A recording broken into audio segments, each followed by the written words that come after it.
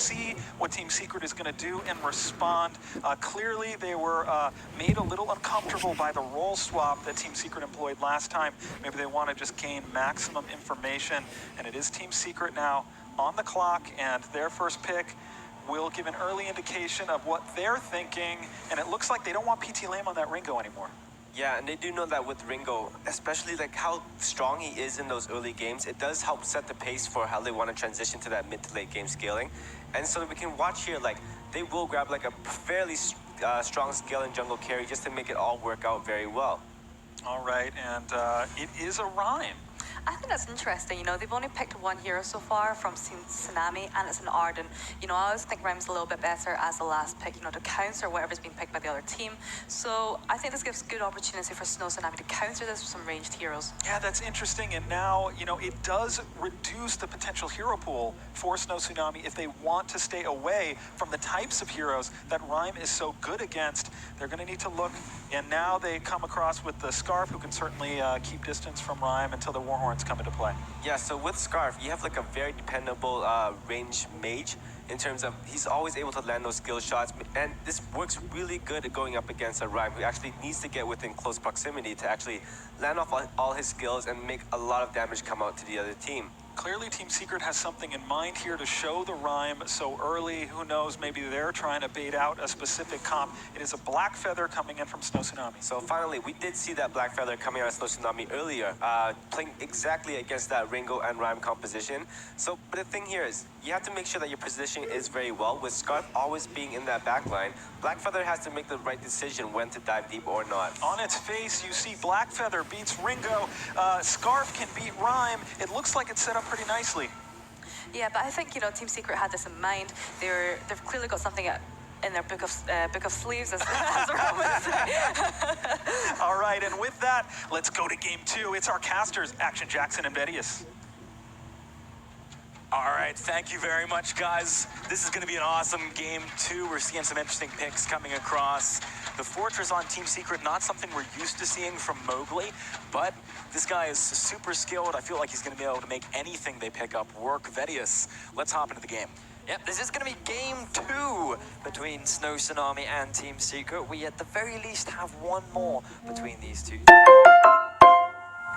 Should be another 4 as far as so TemSecret coming in with the Rhyme. They have played it before, and my issue with Rhyme is he is very short range. It's very difficult for him to really threaten the backline. He's very much about either peeling or just concentrating his efforts onto the front line, because very few people actually want to get in range of him. Kavalifar takes a lot of damage. That was, oh, he actually could go die. down. Oh, he went down. What? Kavalifar, widely regarded as one of the best, if not the best laner, just got wrecked. That's the only way of describing that. He got washed away by SnowTsunami right there. That was a phenomenal performance from PT Lamb. He said that game one was just a bit of a slip up, but game two, they are here to play, and SnowTsunami already with first blood on the board. Very impressive lane presence coming out of PT Lamb. You can see Mowgli heading up here. He's probably determined not to allow that to happen again. Kavalifar has had the opportunity to buy a few things, but not much. I mean, he didn't have much gold in his bank when he died. He's only got a scout trap, something a little bit unusual to see on a laner, and a few potions. So he wants to get that early vision down, wants to prepare from the early lane pressure that he's expected to see coming out from SnowTsunami, because as we talked about in game one, that is something that SnowTsunami loves to do against Kavalifar in particular. They want to try and shut him down as much as possible. But I want to go back to this Rhyme for just a second, because the Fortress paired up with the Rhyme, again, not something that we're really used to seeing from Mowgli. We know him very much for that Catherine, for that Arden, and especially the Finn. But it pairs very nicely with the Rhyme. Ooh, hang on, speaking of the Rhyme. Whoa, look at that early damage onto Sasiska. He is going to be able to use the Vanguard and get away with relative ease, but he's probably going to have to go back off the end of that fight. Kavalifar was able to get some space to put pressure on a PT Lamb as a result of that exchange, so he's making up a little bit of the lost ground he had earlier on. Ooh, Kavalifar really starting to hurt onto that Scarf. I do believe PT Lamb is just playing very cautiously. He's aware that Mowgli is nearby, and with that bonus movement speed, it could set up for a gank. Yeah, but I don't know if he realized he was that close. He is able to juke down into the jungle, throw out the goop, and slow up Mowgli. So far, SnowTsunami not conceding any ground in the early game. Not just yet. They are currently still behind in gold, though, due to the slight CS advantages that are being accrued by TemSecret. And TemSecret, I mean, what a team. You heard that from Kavalify. He's come a long way from where he started, just playing very casually, somewhat naturally adapted to the game, found it, you know, that he had a natural sort of calling towards it, and then finding such talented players and coming in as such the lowest seed in the last championships to then make it here in the finals once again. He's come such a long way in such a short space of time. It's all right for some, isn't it? Having that natural talent, I wish I did. Did you have natural talent? It lies all in the puns. It's just, the problem is, Potato isn't here. He let us down. Oh, man. We were so ready. I didn't get a chance to cast him this No, tournament. not a single opportunity. And we came in with so many prepared, Yeah. you know, the most valuable They're Potato. lost to the world. They are lost to the world. If only we could uproot them. Maybe we could get another opportunity in the future. Stop it. All right, TemSecret. Let's get back to the game. They are about 1,000 gold in the lead right now, which is fairly substantial with no turrets down, and the fact that the only kill on the board so far went over to SnowTsunami.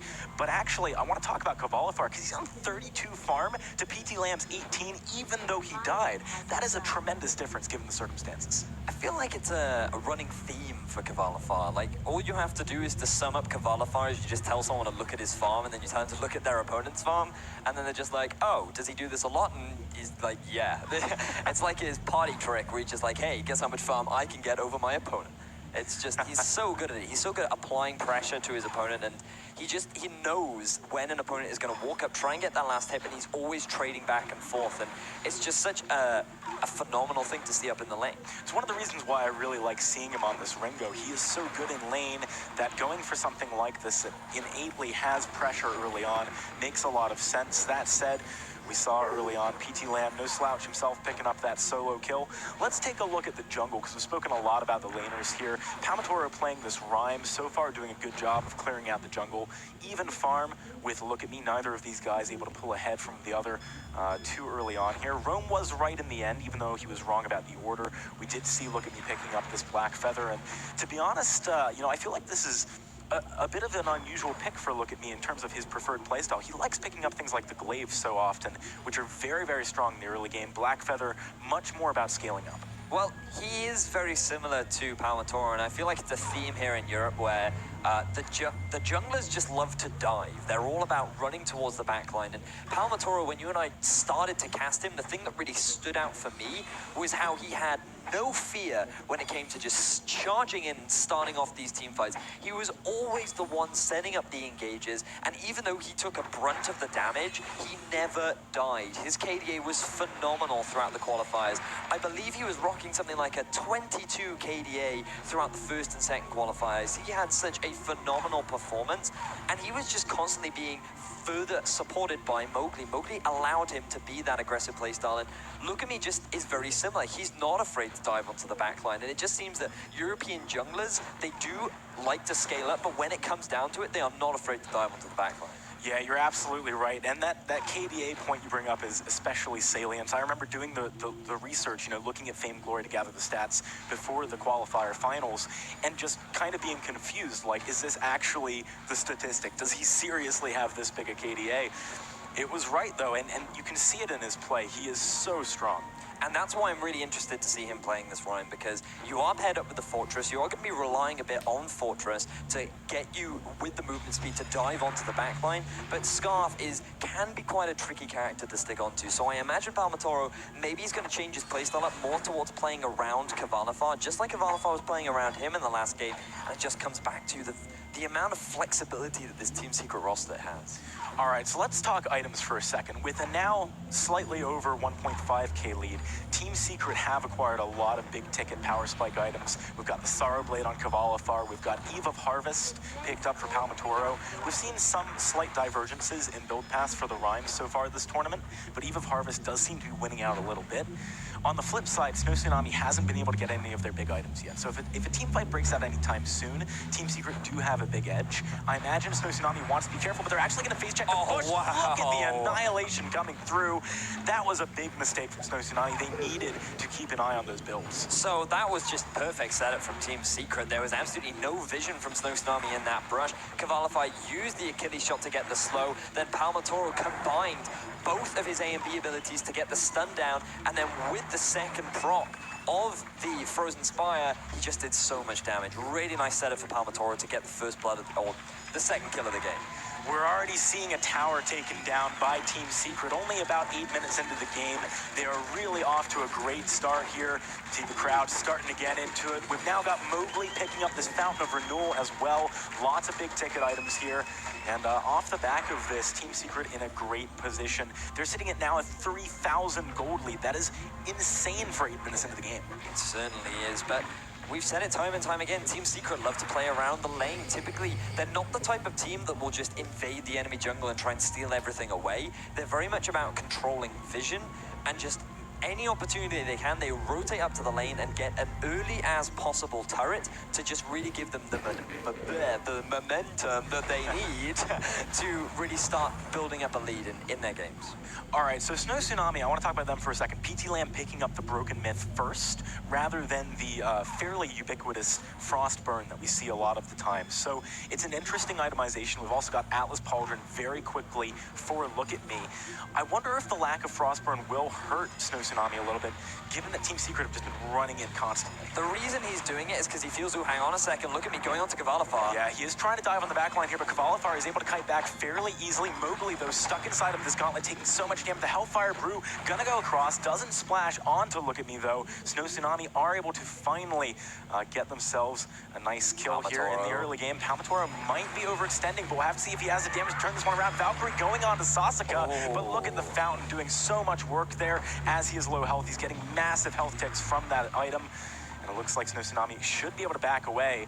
TemSecret still in a good spot, though, with about a 3.5k gold lead. So it's very unfortunate for Palmatoro that Sasiska was the person to face check that brush, because if it was anyone else, they would have been deleted almost instantly. There was way too much health on top of Sasiska, and as you rightly said, when you combine that with the Fountain of Renewal, Palmatoro just doesn't have the damage this early on. But coming back to your point about the Broken Myth, PT Lamb decided to go for that because he feels he's not going to have to rely on kiting. It's already very difficult for TemSecret to actually get on top of him, that he just feels he can sit on the back line and just do as much damage as possible while relying on Look At Me and Sasiska to be that frontline presence that TemSecret has to deal with before they can turn their attention to PT Lamb. But if TemSecret keep doing things the way that they are, where they just set up in bushes, control the vision, and force SnowTsunami to walk into them, then it doesn't matter what PT Lamb builds, because whoever checks that brush is going to get deleted instantly.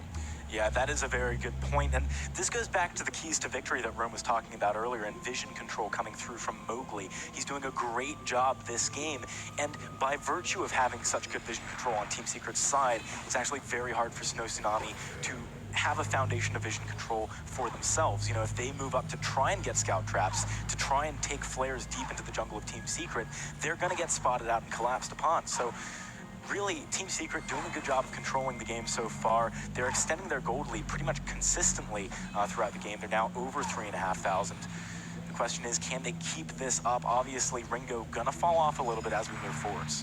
Cavalifar doing what he does best, 10 CS per minute, 114 at 11 minutes and 14 seconds. I mean, you can't be any more on point with that. It is absolutely insane. Warhorn now picked up for Mowgli, so that ability to engage is just that much stronger now for TemSecret. Palmatoro, he's about halfway towards level 12. This guy is just getting so much farm. Mowgli spends a lot of time trying to assist Cavalifar, again, because so much pressure from SnowTsunami loves to come down onto Cavalifar, and TemSecret, given the control that they have over the map, they're going to pick themselves up another gold mine. Palmatoro is close to having 2 games in a row where he hits level 12 by 12 minutes. It's not quite going to be 12 minutes this time, but it is extremely close to that. So gold mine again going the way of TemSecret. They're doing a great job of applying pressure on the map, taking every objective that they can. SnowTsunami, though, they're not, you know, in too bad a position moving forwards. They have got some great late game opportunities. The big thing for TemSecret is they're not winning through forcing fights. They're just winning because they control the map better. And this is what you'll start to see with Vainglory. As it grows as an esport, both these teams are just getting better at understanding the game. They know when to and when not to fight. And it becomes very much a map rotation and control game. And at this point in time, when you compare the two teams, TemSecret just have the better affinity to knowing where to be at the right place at the right time to guarantee themselves these early objectives and build this sort of an early gold lead. All right, so let's take a step back and talk about the items again, because we're seeing a few interesting things come out here. Palmatoro, very early Aegis, rather than more damage, which I think is pretty interesting.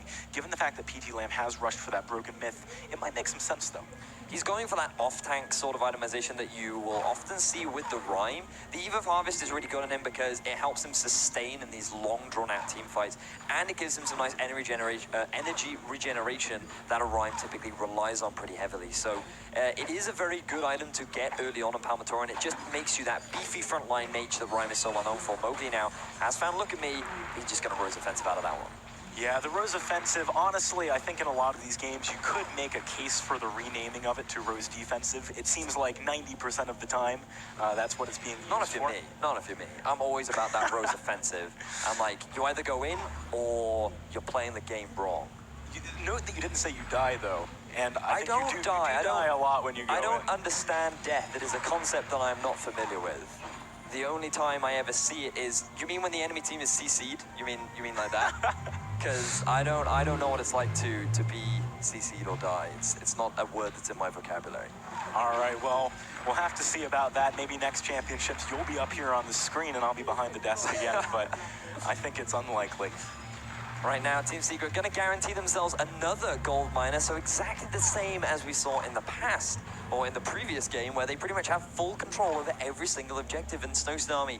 With PT Lamb getting that first blood very early on, I felt like that they had come back to this powerhouse Russian team that we were so used to seeing, and it just feels like they're allowing TemSecret to do whatever they want.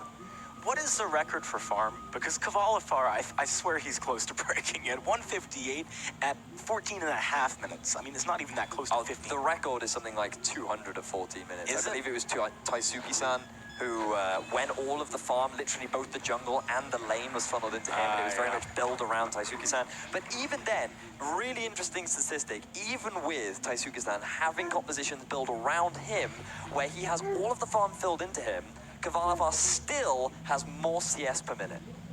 It's crazy, isn't it?